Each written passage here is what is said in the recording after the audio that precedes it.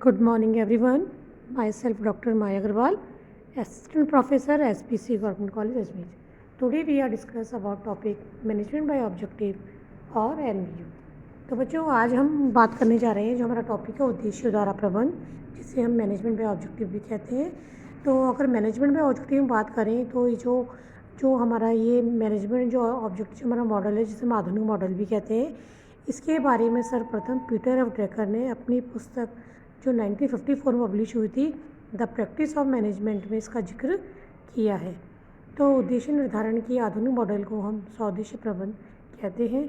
और सौदेश्य प्रबंध को केवल उद्देश्य निर्धारण की विधि के रूप में ही प्रयोग नहीं किया जाता है, बल्कि अगर हम देखें तो इसे प्रबंध के क्षेत्र में नियोजन के साधन तथा नियंत्रण की तकनीक के रूप में भी हम अपनाते हैं। तो अगर आज हम देखें तो आधुनिक मॉडल के रूप में सौदेश्य प्रबंध जो प्रणाली है MBU को हर जगह अपनाया जा रहा है और ये हमारे आज के प्रबंध जगत में महत्वपूर्ण स्थान रखती है। तो आज हम जानने का प्रयास करेंगे कि मैनेजमेंट एक्चुअल में है क्या या मैनेजमेंट के ऑब्जेक्टिव से हम क्या समझते हैं। तो सर्वप्रथम अगर हम देखें सामान्य शब्दों में अर्थ देखें तो सौदेश्य प्रबंध एक ऐसी प्रबंध प्रणाली है जिसमें संस्था के उद्देश्यों को अधिकारियों और अधीनस्थों द्वारा सामूहिक प्रयासों से निर्धारित किया जाता है। यानी ऐसे संस्था के उद्देश्यों को मतलब संस्था में क्या किया जाना है, इसके लिए केवल उच्च प्रबंधक से ही राय नहीं ली जाती है, बल्कि जो कर्मचारी अधीनस्थ स्तर पर कार्य कर रहे हैं, निम्न स्तर पर कार्य कर रहे हैं, उन्हें भी सहभागी बनाते हुए उनसे राय ली जाती है। तत्पश्चात उन उद्देश्यों की प्राप्ति के लिए प्रयासों की प्रगति का सामयिक मूल्यांकन किया जाता है। कहने का आशय है कि जो उद्देश्य आपने मिलकर तय किए हैं, उन उद्देश्यों की प्राप्ति में आप कहाँ तक सफल हुए हो, या हम कहें कि आप कहाँ तक उस हद तक उनको प्रयास कर रहे हो उनको प्राप्त करने के लिए, तो उसकी प्रगति का निष्पादन मूल्यांकन भी MBU के माध्यम से किया जाता है और उसी के अनुसार उनका पारिश्रमिक तय किया जाता है। यानी जो कर्मचारी अपने उद्देश्यों को के प्राप्त करने में अधिक निकट है, उन्हें अच्छा पारिश्रमिक दिया जाएगा। तो ये तो था हमारा सामान्य अर्थ। अब हम चर्चा करते हैं जो कि अलग अलग विद्वानों स्वदेशी प्रबंध के संबंध में क्या क्या परिभाषाएं दी है। तो जो पीटर एफ ड्रकर जो उसके जनक माने जाते हैं स्वदेशी प्रबंध प्रणाली के, उनका कहना है कि स्वदेशी प्रबंध एक ऐसी प्रणाली है जिसमें व्यक्तिगत रूप से प्रत्येक प्रबंधक की तथा संपूर्ण उपक्रम दोनों की कार्यकुशलता में सुधार के लिए निगमीय, विभागीय तथा प्रबंध के प्रत्येक स्तर पर उद्देश्य निर्धारण किया जाता है। कहने का आशय है, पीटर ड्रकर कहना चाह रहे हैं कि एक प्रबंधक अपने उद्देश्य को प्राप्त करने के लिए अपने जो निम्न स्तर के कर्मचारी हैं, अधीनस्थ हैं तथा अलग अलग विभागों जो प्रबंध के स्तर पर कार्य होता है, उन सबके द्वारा मिलकर संस्था के उद्देश्य निर्धारित किए जाते हैं और उन उद्देश्यों को प्राप्ति करने के लिए सभी विभाग मिलकर अपने अपने स्तर पर कार्य करते हैं और अपने लक्ष्यों को प्राप्त करने का प्रयास करते हैं। इसी तरह से अगर हम देखें तो ब्रून कॉर्न अपने शब्दों में ये कहते हैं कि स्वदेशी प्रबंध एक ऐसी प्रणाली है जिसके द्वारा किसी संस्था के वरिष्ठ यानी सीनियर और अधीनस्थ जो उसके नीचे कार्य कर रहे हैं, प्रबंध के प्रत्येक सदस्य के लक्ष्यों को पहचाना जाता है तथा उन्हीं लक्ष्यों के अनुरूप उन दायित्वों का निर्धारण किया जाता है उसी के अनुसार उनके प्रमाण निर्धारित किए जाते हैं तथा वो अपने कार्यों को संचालन करते हैं। तो इस प्रकार बच्चों अगर हम देखें तो निष्कर्ष यही निकल के आता है कि स्वदेशी प्रबंध एक ऐसी प्रणाली है जिसके अंतर्गत किसी भी संस्था के वरिष्ठ एवं अधीनस्थ संयुक्त रूप से मिलकर संस्था के सामान्य उद्देश्यों को प्राप्त करने का प्रयास करते हैं, उनका निर्धारण करते हैं तथा उनके अनुरूप जो कार्य किया उनका परिणामों का मूल्यांकन भी किया जाता है। उसके पश्चात ही उनके कार्यों का पारिश्रमिक तय होता है। तो इस प्रकार बच्चों अगर हम देखें तो उद्देश्य द्वारा प्रबंध एक अच्छी प्रणाली है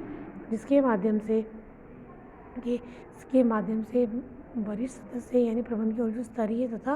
निम्न स्तर पर जो कार्य करने वाले मिलकर संयुक्त रूप से अपने लक्ष्यों को पहचानते हैं और उनके अनुसार ही अपने उद्देश्यों को तय करते हुए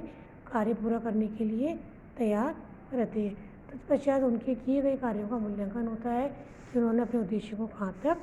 प्राप्त किया है। तो इस प्रकार अगर हम देखें तो उद्देश्य द्वारा प्रबंध अपने उद्देश्यों को प्राप्त करने की एक प्रणाली है। तो अगर हम इसकी विशेषताएं अगर देखें बच्चों तो MBU के बारे में अगर हम विस्तृत रूप से देखें तो कुछ बिंदुएं हम ध्यान रखने हैं। तो नंबर 1 है उद्देश्य प्रदान। ये हमें ध्यान रखना है कि MBU जो है हमारा उद्देश्य प्रदान प्रणाली है। इसमें उद्देश्यों को प्राप्त करने पर फोकस होता है कि किस प्रकार हम अपने उद्देश्य को निर्धारण करें और किस प्रकार उनको प्राप्त करने के लिए प्रयास करें। सेकंड बिंदु है जो है पार्टिसिपेशन, सहभागिता। उद्देश्य द्वारा प्रबंधन का सबसे बड़ा ये गुण माना जाता है कि इसके